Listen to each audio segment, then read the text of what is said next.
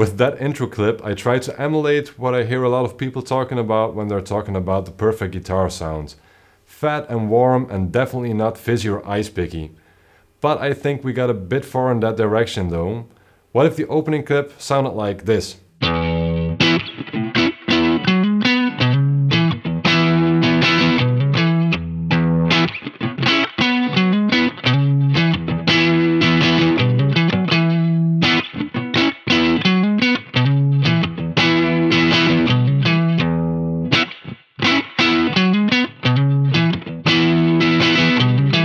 In the room, that last sound was a lot more confronting. It cuts more in every way. But that's what you want in a mix, right? Let me illustrate that on top of a rhythm guitar.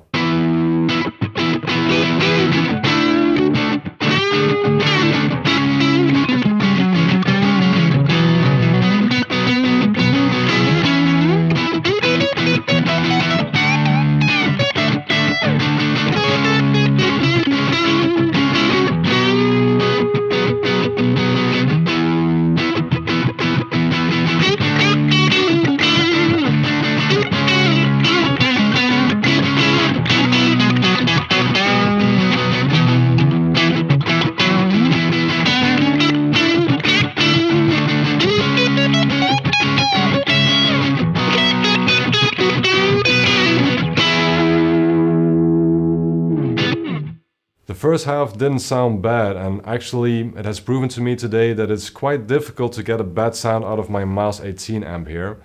But the second sound really cuts a lot more, it gets better through the mix, and it came more to life in my opinion. It was like taking a blanket off of the amp. And in my opinion, that's the biggest mistake guitar players make these days. They dial in their sound at low volume while playing by themselves. And when they're playing with a band, they can't hear themselves, so they keep turning up their volume until the sound guy gets annoyed. And there's a reason why this doesn't work, because what sounds good on its own usually doesn't work in the mix. I myself have been guilty of this, and I have been for way too long. For years I played single coil guitars through Fender amps, and I wanted that warm and fat sound.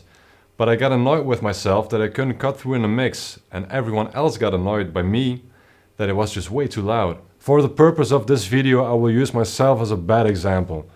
Now, when I was 18, I played in a band called Reckless Pilots, and in the summer of 2008 we were recording an album. We played what we called stoner blues. Now listen to a lead guitar part from a song from that session called Moonstone.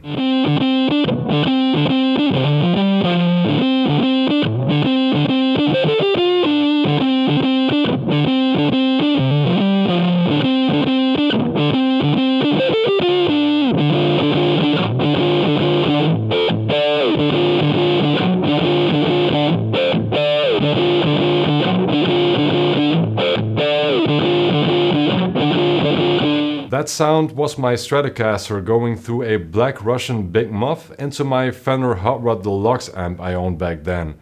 And while it definitely has a fun Caius or Queens of the Stone Age vibe to it, you can definitely hear it's way too muffled. Just listen what it sounds like in the mix.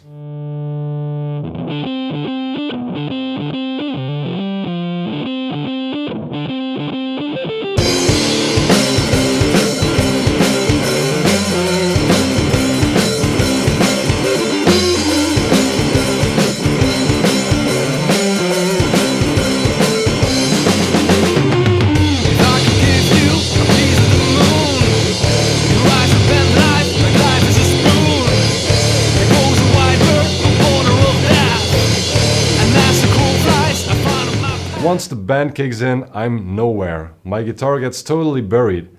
And I noticed this happening while performing live that same summer. I found a video of the song, and I actually work around the issue here by using the wah in the cock position. Check this.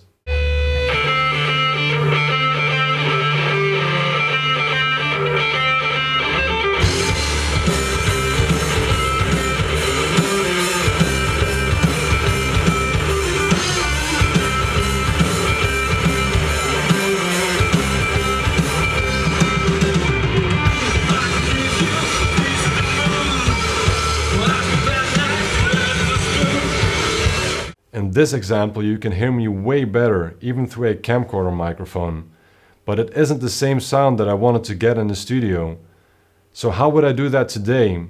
I still have the same Stratocaster, even though the pickups and electronics have been upgraded. I no longer have the Fender Hot Rod Deluxe nor the Black Russian Big Muff, but I will be using my Mass 18 and a current production Green Russian Big Muff from Electro Harmonix.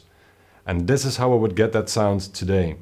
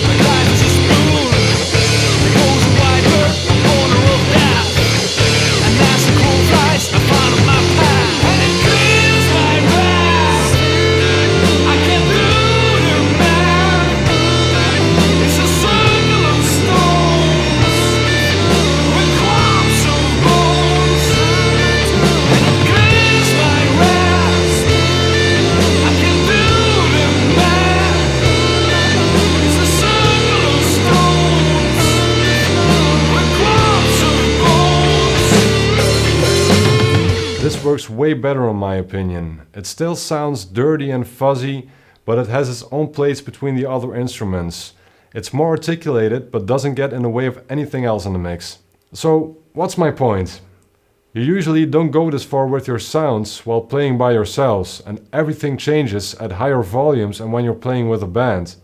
Just try setting a lead boost while playing at low volume by yourself, and then try it again when you're playing at loud volume with a band. It doesn't work. That goes for your entire sound. The best sounds that you can have live or in the studio are not always that pleasant by themselves.